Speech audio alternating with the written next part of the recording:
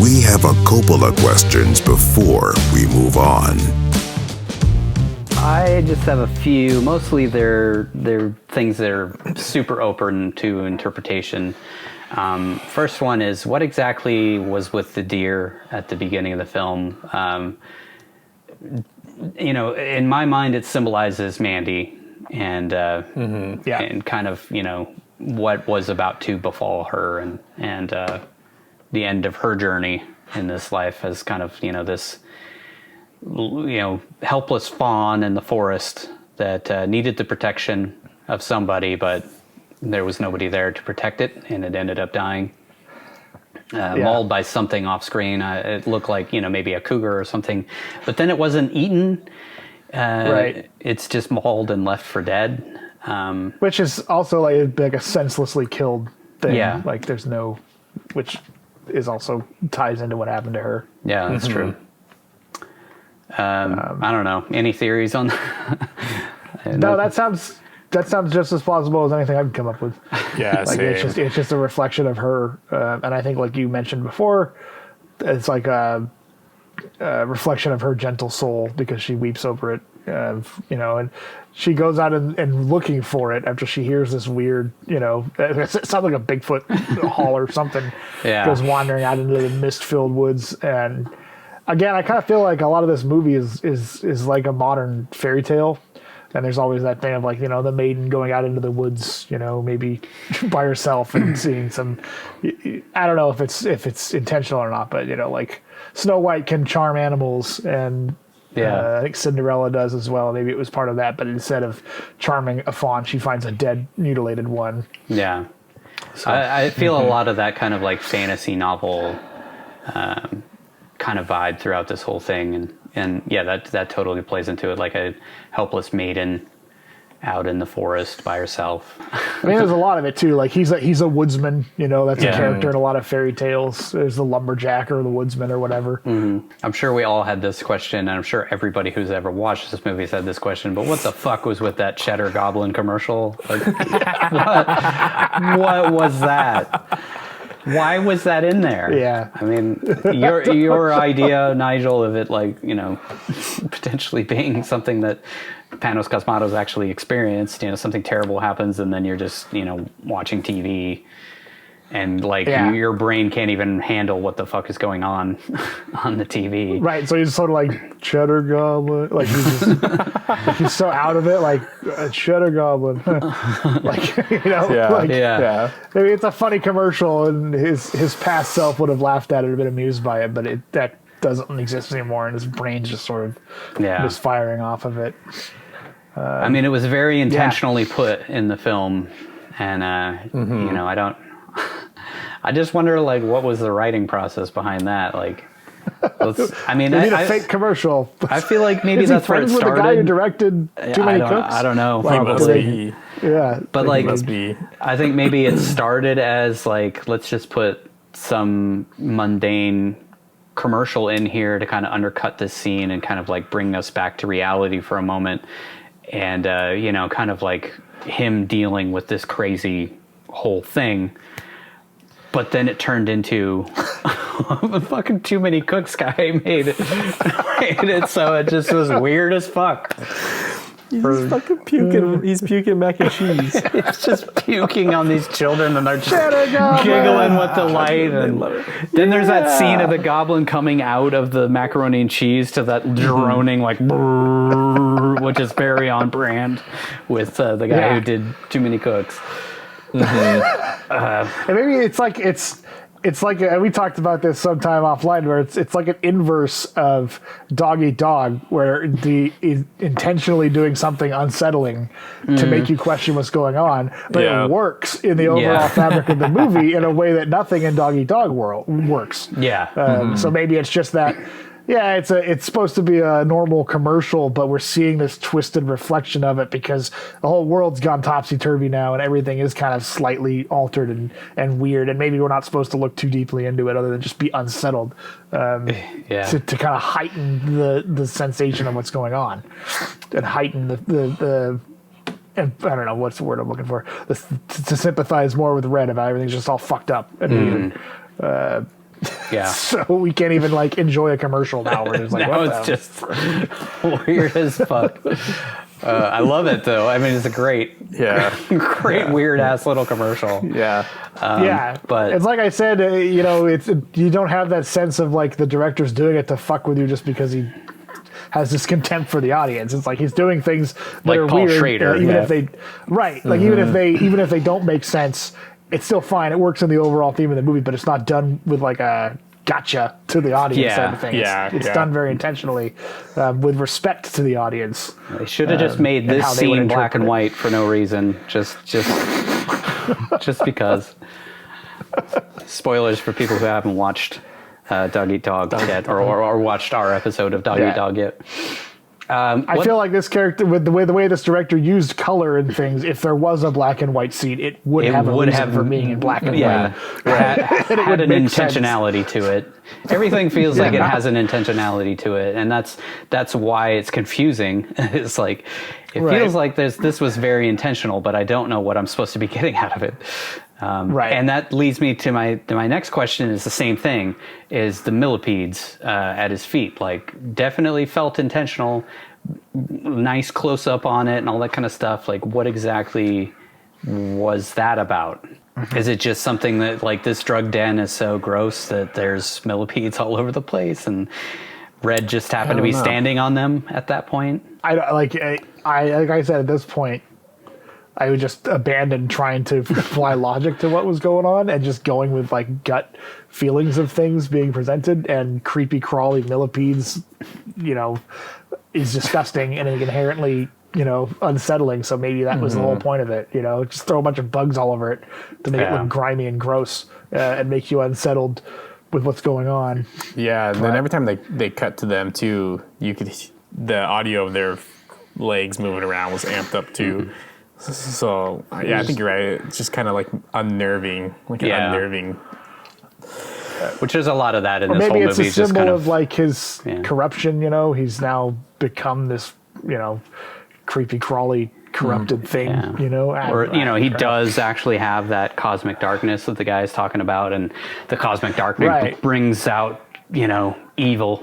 Which I don't know about you, but millipedes are pretty nasty, and I'm not a big fan. I think they eat carrion too, like they're scavengers and stuff. So they're like inherently tied to eating corpses, rotting corpses and stuff. Yeah, just another gross out featured thing of it. Yeah. Next one is, why didn't he just lift that 4-wheeler out of the mud? I mean, you could lift that back end out super easily. I didn't get that one. I mean, I guess he has to come in on foot, but like, seems like it would have been real easy to get out of that mud. I thought it was all-terrain vehicle. Right. I mean, I've been around 4-wheelers enough to know that you can, by yourself, pick that thing up and move it over, so you can get out of the mud really easily. I guess. Yeah. I was the only one who had that question, but I just figured it was a convenient way to get rid of, like, to transition him off of it, and then be moving on foot, to slow down the pace a little bit as he gets closer to the end. Yeah. Mm-hmm. And then my final question is, what would you say was the symbolism of the mine that they all lived in? Like the fact that they're all living in this quarry, and then the higher up they are in the order, the deeper they are in this mine. I kind of feel like, I don't know, this is a theme, I don't know if it's just because I'm looking for it, but I kind of feel like there's a lot of the movies that we've watched, or just a lot of fiction I've encountered lately, there's a lot of strong ties, like Dante's Inferno, right? Like going down, and the deeper you go, the more ugly it gets. That's what I thought about the ATV thing. Even the mud and crawling through the quagmire, that's part of one of the circles of hell that he goes through. It's everybody stuck in the hot boiling mud and stuff. And the imagery of this whole descent down is basically mirrors how the circles of hell work. Is they're more normal, and then they get worse and weird and more fantastical and bleak as you go spiral down into it, which I think he physically goes down. Like he's up top of a quarry and he descends down into it, and then he gets to this church, and then he goes even further down. Even when he's coming from the biker gang to the like steel shed, he's coming down a hill, and he's always descending it. kind of how I felt too. Is I wanted to make that connection to Dante's Inferno or the seven layers of hell, but I wasn't exactly sure like what what correlated to what. But yeah. And now that I think about it, actually, like the devil in the Inferno is not in a fiery pit. He's in a frozen black lake, I believe, and everything around Jeremiah it's rock, but it could be like frozen ice. Like it's not, he's just in a bleak, hard, small, claustrophobic room, which could have been a representation of that. Because if I remember right, the devil's frozen in this lake. He's got 3 heads and he's chewing on like Judas and the 2 other betrayers that I can't remember. But anyway, that was one of the striking things. You associate, the devil lives in hell and it's all hot and burning, but in Inferno, it's frozen. It's a frozen hellscape. Yeah. That he does set on fire as he's coming out. And that's the thing is like after he completes his revenge, he then sets it on fire. Yeah. And leaves. I mean, like he's burning away everything. He's like cleansed with the fire. Like his pain is now cleansed. And they say that the fire cleanses. That's what they tell him when they burn Mandy. And I feel like there's this whole overarching theme of like what they actually believe is what he actually embodies. Like he gets it right. They don't have it correct.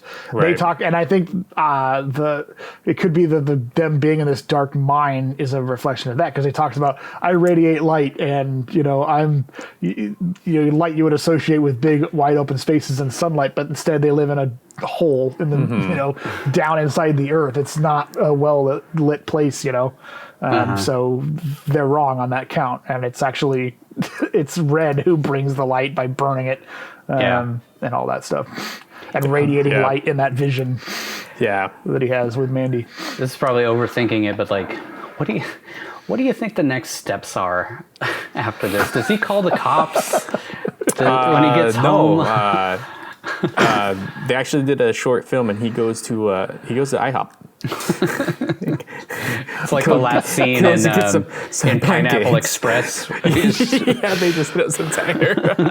I don't know. That's a good question, because I truly believed that the film was going to end with him dying. Yeah, and I thought did he too. was going to stay down there and burn, because he's completed his mission of revenge, and he's now going to cleanse himself in the fire so that he could go be with Mandy. So when he escapes and takes off, I was kind of shocked, and I kind of was wondering the same things, like what's the next step in his journey?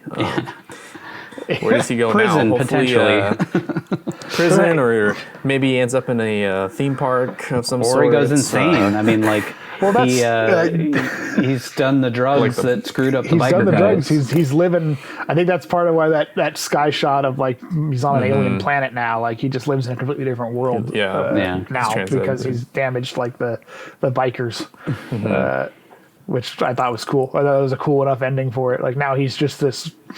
Whatever the hell he is, some avatar of vengeance of the great Archon or Abraxas or whatever, now living on Earth, but on a different world in his mind. We talked about this off camera or off show. We were talking about how Willy's Wonderland might actually be a pseudo sequel to Mandy, which would be amazing. I saw a comment somebody made online where that's their headcanon. It's that I don't know anything about Willy's Wonderland other than like he plays a mute character.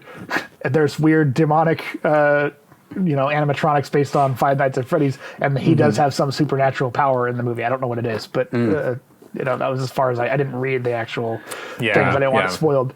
But that would be a kind of cool way to look at it. Like now he's, because it makes sense that he's mute. He doesn't talk a whole lot in this movie, and now he's completely gone insane. So maybe he just doesn't talk anymore. Exactly. Maybe he's got the same secret sequel to him. Right? Sort of has that same like he. I feel like in the trailer he like throws on the same sunglasses as he wears when he's forging the blade, the axe in this movie. So let's hope.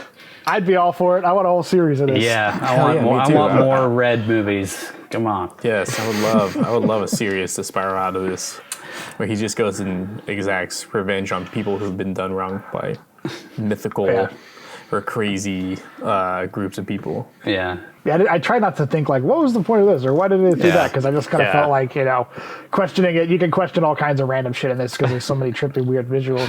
My main one was like, and this is my takeaway, was there a supernatural element to everything that was going on? Yeah.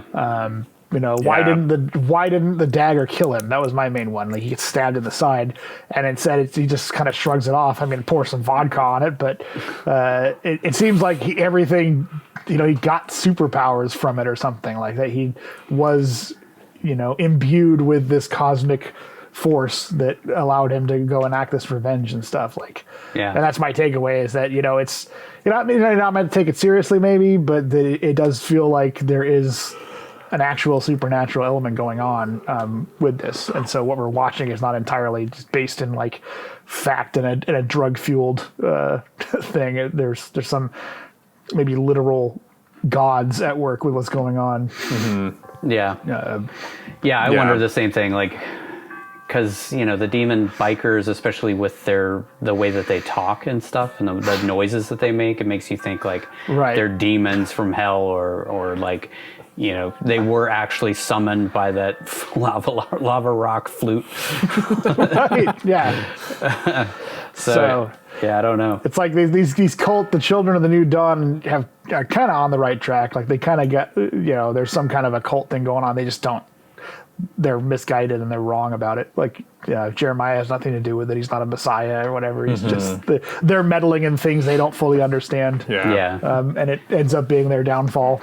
Just a douche who found a couple of artifacts that that actually have power. Yeah, maybe that's what it is. Like, these guys are just foils for the actual demonic shit that's happening, and they don't even realize it. Yeah. But it'd be like Ash from Evil Dead with the Necronomicon, like reading from the book and causing all this shit to happen. At the end credits, there's a shot of Mandy's artwork that she was drawing, and it shows Red with the tiger, and then there's starlings chirping in the background. And my question was, what's the significance of that as it pertains to the story? I think you kind of talked about it a little bit. Yeah, he's the tiger, and I think she's represented by those starlings that she let go when she was a kid. And you kind of said that she sort of was like almost like a starling from another planet, like not bird starling, like an actual starling from the stars. Yeah, that's kind of what I thought of it. Also, I think like the tiger being caged was also him. Like, hey, Nick Cage. But like, he's obviously got a wild animal inside of him. That let out, and that's a good point, actually. But and I think the chemist even mentions like, yeah, she's pretty good. Like, when she's cool, everything's cool. Like, he knows that if she's not freaking out, the tiger, that everything is cool, which is probably like Red himself. He's just a normal.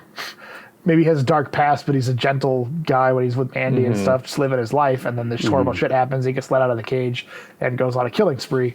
Oh, yeah, that's actually a good point. Just like the tiger did. I definitely got the sense that Mandy has been through some shit, and has had a hard life. And I feel like Red also had a hard life, and they found each other, and they helped each other, over their traumas, and found this kind of sanctuary in each other's arms in this place in the middle of the woods, and then it's all taken from them. But, I feel like there's a lot more in the past that we don't get to hear about. But yeah, that was my take on that.